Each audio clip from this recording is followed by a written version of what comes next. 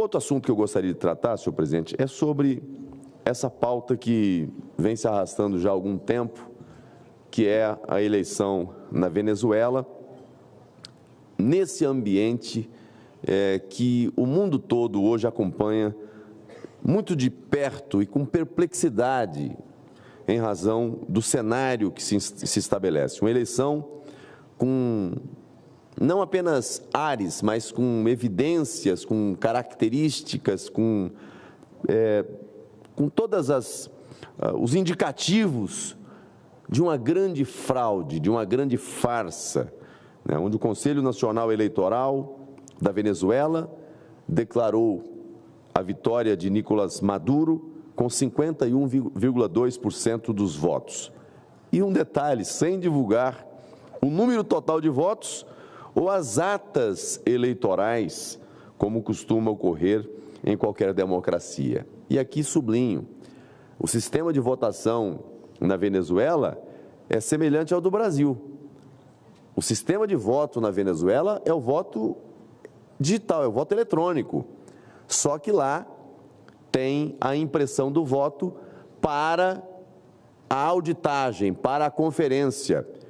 E assim como nós temos no Brasil aqui as chamadas herésimas, né, que no final da votação, no final do dia, todos os fiscais pegam as herésimas ali e fica já fazendo a contabilidade, né, quem teve mais voto, quem teve menos, lá também tem.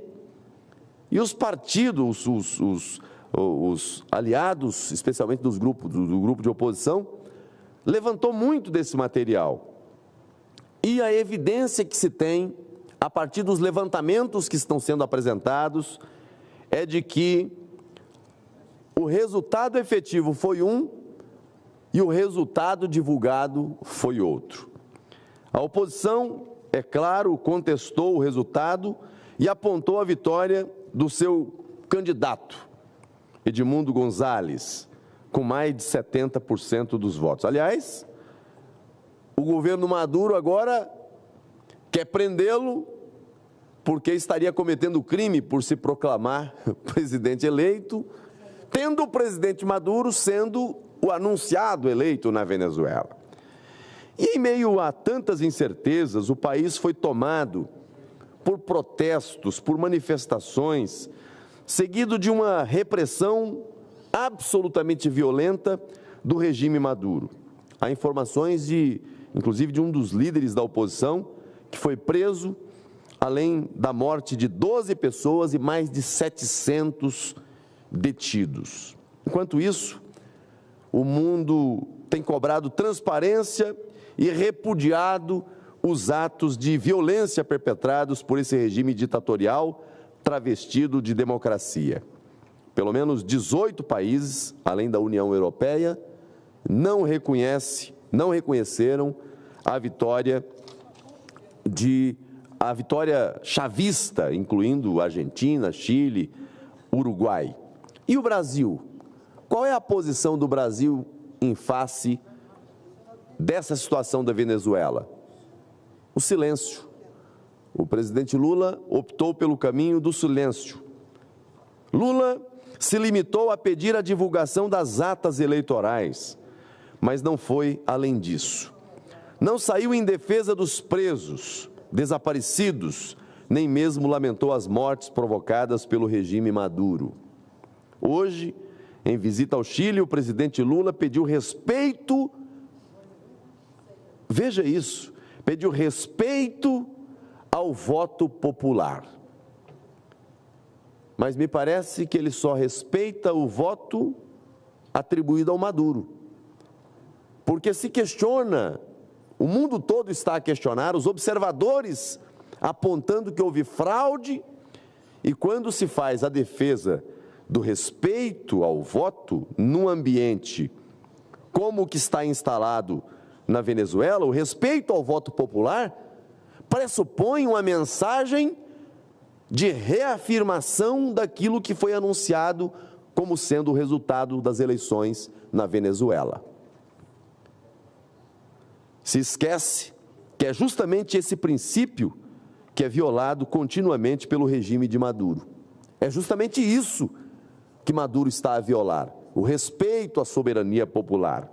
O país não divulgou as atas, como havia se comprometido. Não aceitou a posição das ruas, a voz do povo, e ainda reprime de forma violenta as manifestações populares. Esse é o quadro na Venezuela. É um tanto curiosa a postura do Brasil. O governo Lula foi rápido em lamentar a morte de um líder político do Hamas, nas primeiras horas após o seu falecimento. Mas sobre as eleições venezuelanas, silêncio total. Sobre as mortes na Venezuela, silêncio total. Sobre as prisões na Venezuela por perseguição do regime chavista, do regime de Maduro, silêncio total. Sabe o que isso demonstra para o mundo? Que o Brasil está, aparentemente, pela sua liderança maior, ao lado de terroristas e ditadores. A imagem que passa, a impressão que passa é que o Brasil está ao lado de terroristas e ditadores. É conivente com as barbaridades perpetradas por regimes totalitários. O silêncio do presidente Lula diz muito, diz muito. Há mais de uma década, o PT serve à ditadura de Maduro. Além disso, antes disso, foi aliado de primeira hora de Hugo Chávez. Por mais de 2 décadas, o PT e Lula fecham os olhos para todos os tipos de barbaridades e violações de direitos cometidos contra a população venezuelana. A cobrança das atas por parte do governo brasileiro não passa de uma retórica vazia a justificar a sua omissão por pressão internacional, balela pura. Não existe intenção de tirar Maduro do poder. O próprio PT, o partido do presidente Lula, veio a público comemorar o resultado das eleições na Venezuela, que, em sua visão, se traduzem em uma jornada pacífica, democrática e soberana. Essa é a democracia que o PT defende. A democracia que mata e persegue. Aliás, Lula, tempos atrás, quando questionado por um jornalista de que na Venezuela o que tem lá é uma ditadura, ele disse que não, que na Venezuela vive e impera democracia. E ele dá o exemplo de que na Venezuela existe democracia e lá tem mais democracia do que no Brasil, porque lá se vota mais. Mas o que adianta ter mais votações, o povo votar mais, se o resultado que é levado em consideração é fruto de uma fraude? Não importa em quem o povo votou, o que importa é o que o sistema está apontando como vitorioso. Isso não é democracia. E essa, senhoras e senhores senadores, é a pior ditadura que existe, porque se esconde atrás de uma suposta democracia e de eleições livres para se manter no poder.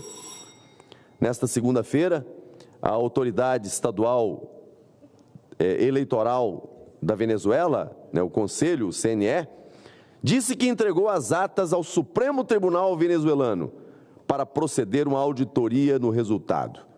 Mas o engodo, todo o sistema está comprometido.